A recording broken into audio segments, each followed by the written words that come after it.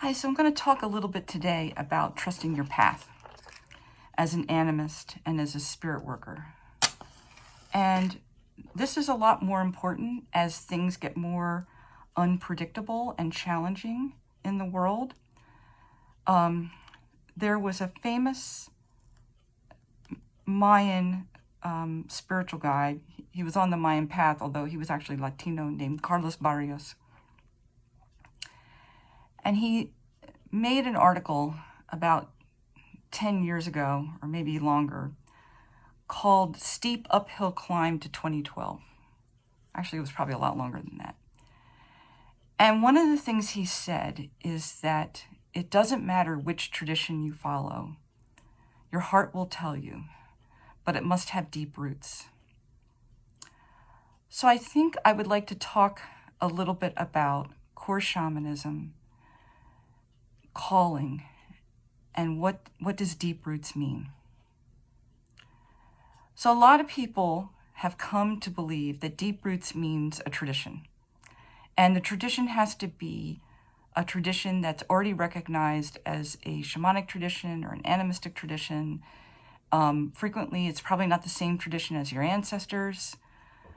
And then there are people on the other side of things who believe that doing that is a form of sort of theft, cultural theft. So I'd like to kind of address both of those things right now. If you're being called to this work at all, whether you do it professionally or whether you do it in your everyday life or both, have a calling. You were called to do this. That's why you bothered to do it. I know I'm stating the obvious, but sometimes it's important to do that. And having a calling means respecting it.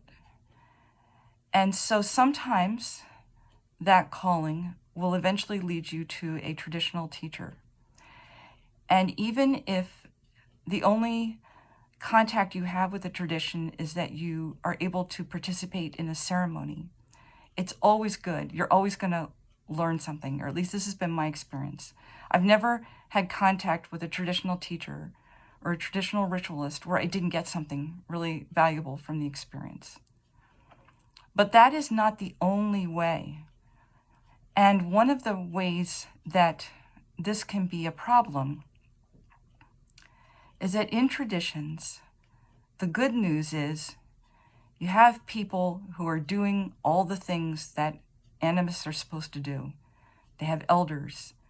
They have connection with powerful spirits that watch over the tradition. They have rituals that have been tested and work. They have a way of recognizing where the problems are and how to work on them. They have holy places and a creation story.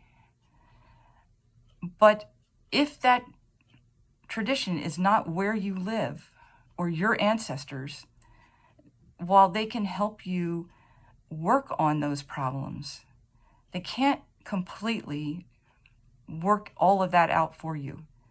You have to, at some point, work on your own relationship with your ancestors, with your land, with your creation beliefs, the beliefs you have about how the world was created and what's your part in that, and how that expresses itself, like who you go to for advice that's a human being. What places are holy to you and special to you? These are all things that you have to work out yourself. If you are working without a tradition, you have to do the same things. And so one of the ways that people do this is to get into practices that are maybe inspired by core shamanism or core animism or have that flavor, because they're available to everyone.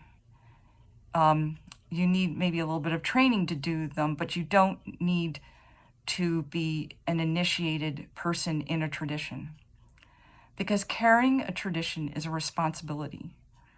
There are duties involved. It's a joyful and great responsibility, but it's not something that you just do lightly. And working with your own calling is the same thing. It's not something to do lightly. It's something to enter into. It's fun, it's joyful, it's going to change your life, but it's not something to do lightly. So these things are very powerful things. And one of the things that core shamanism does, journeying, interacting with nature spirits, learning about holy places and power spots, working with your guardian animal spirit for protection, some other things. Working with these things and with your beloved well ancestors who want to help you allows you to form like a sort of a core animistic base that gives you the strength to proceed either into a tradition where you're not like some spiritual orphan who needs to be taught how to do everything, but where you're ready to take what you already have to the next level. Or what can happen, and this happens to maybe anywhere from a quarter to the third of the people I work with, is that your own ancestors will lead you to a path that incorporates some of their folklore, some of their traditions, some of their ways of doing things.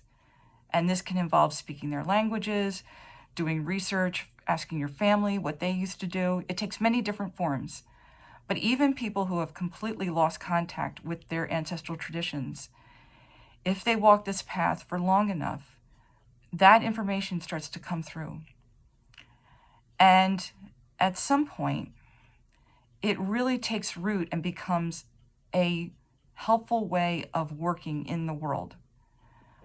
Because there's no getting around interacting with nature in your area in a spiritual way or working with your own ancestors if you are an animist. It's core. You can't avoid it. And ancestors can take a lot of different forms. Ancestors can be blood ancestors. They can be spiritually powerful beings that were associated with your ancestors. They can be animal or plant spirits. They can be places. Ancestors is kind of a loose thing, but it's something that has meaning for your family in some way. Like there are some traditions where maybe the saints would be like that spirit for you. And so it doesn't matter what that spirit is, just that there's no getting around it. At some point, you have to work with that if you're an animist. The only question is what form is that going to take? So I think that sometimes when people get into the idea that, core shamanism is not helpful because it doesn't solve this or that problem, what they're ignoring is that core shamanism right now is available to a lot of people. And it's relatively easy to learn, and it makes a container where some of these changes can start to happen.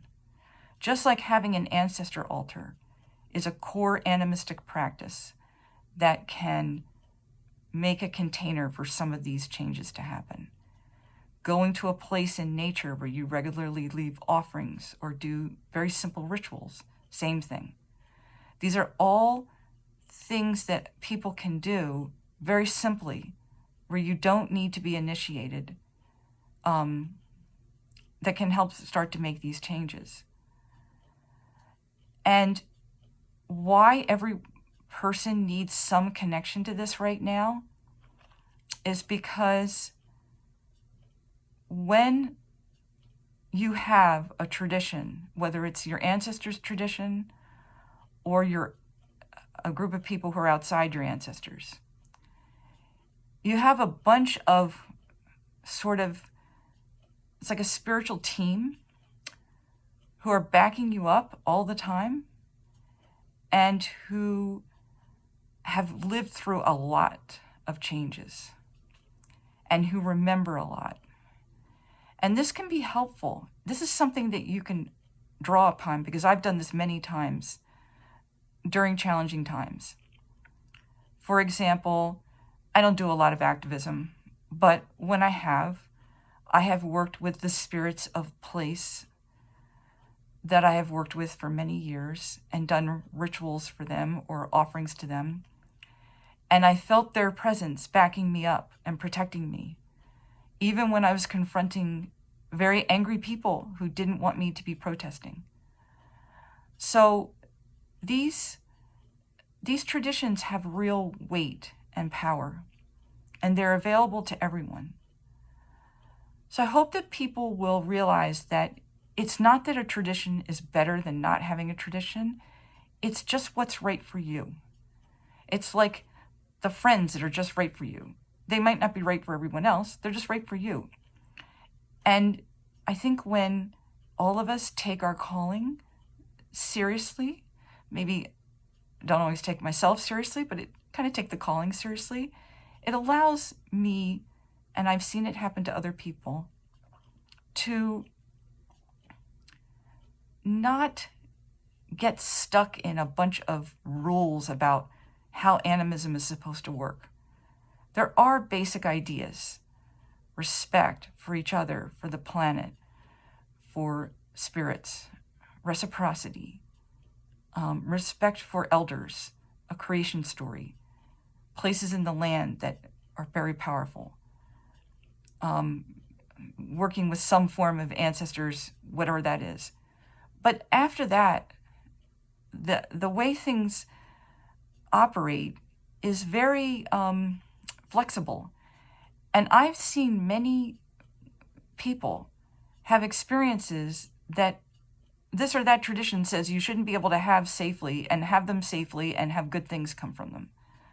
So I just don't want people to get shut down.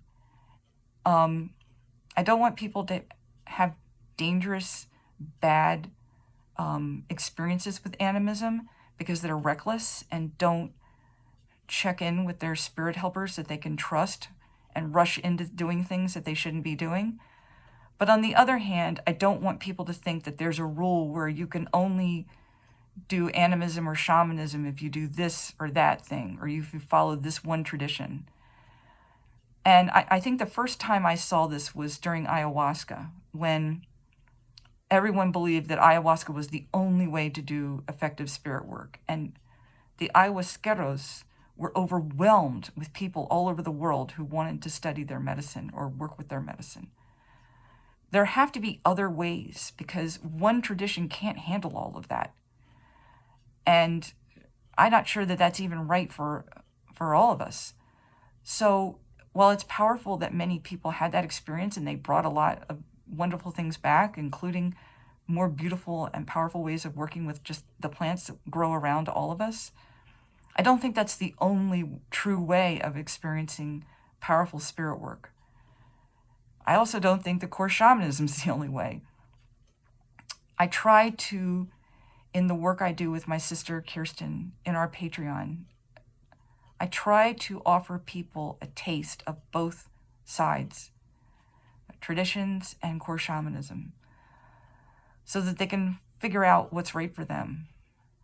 I offer coaching work for people who want to go a little deeper and work through some of their ancestral or other issues, because sometimes that's the trap that's holding them back.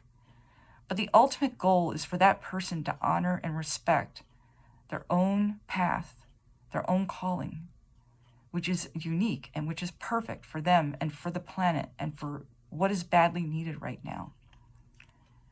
Remember that unlike Western culture, which believes that there are heroes who save everyone, in an animistic culture, everyone is needed. Everyone is badly needed. Everyone has an important role to play, even in the ceremonies. So I hope that this helps make a little bit of sense, or at least releases any frustration around this dialogue about whether it's okay or not okay to have a tradition. The other thing about a tradition that's important is that in a tradition, whether you follow your own ancestors or you work with elders from outside your tradition, it's important to check in with them and ask them permission to do things. But once they give you permission, It's not for other people outside of that tradition to play amateur elder and decide whether it's okay or not. That's not how it works. The elders made that decision. If the community decides that they don't like what the elders are doing, then they take it up with them. But the relationship is between the elder and the student, and it's really up to them. This is at least what I've seen with the traditions that I've been around. So I hope that this gives at least a little bit of clarity, and if it doesn't, I'm always welcome any comments or any questions that you may have. Blessings.